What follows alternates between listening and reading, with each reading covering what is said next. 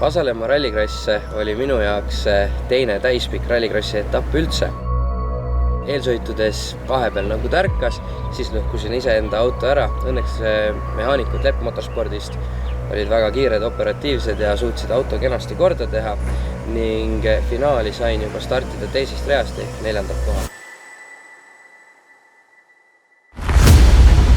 Tohutult vingerada, täiega saab peale hoida ja seljas elada autol.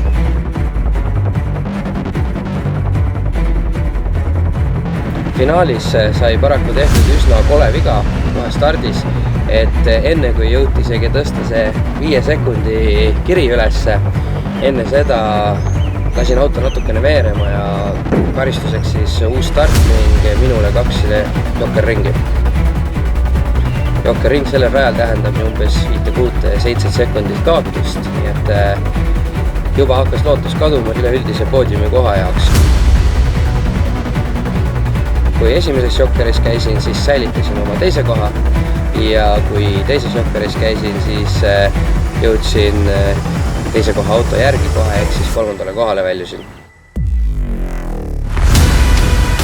Vaid sekund kaotust teisele kohale, aga täiesti uskumatuna tunduv 3. koht juba teisel võistlusel.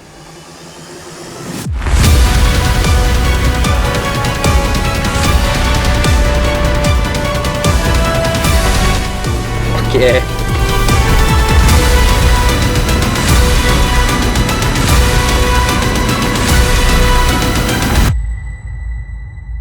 Aitäh teile ja näeme järgmisel korral!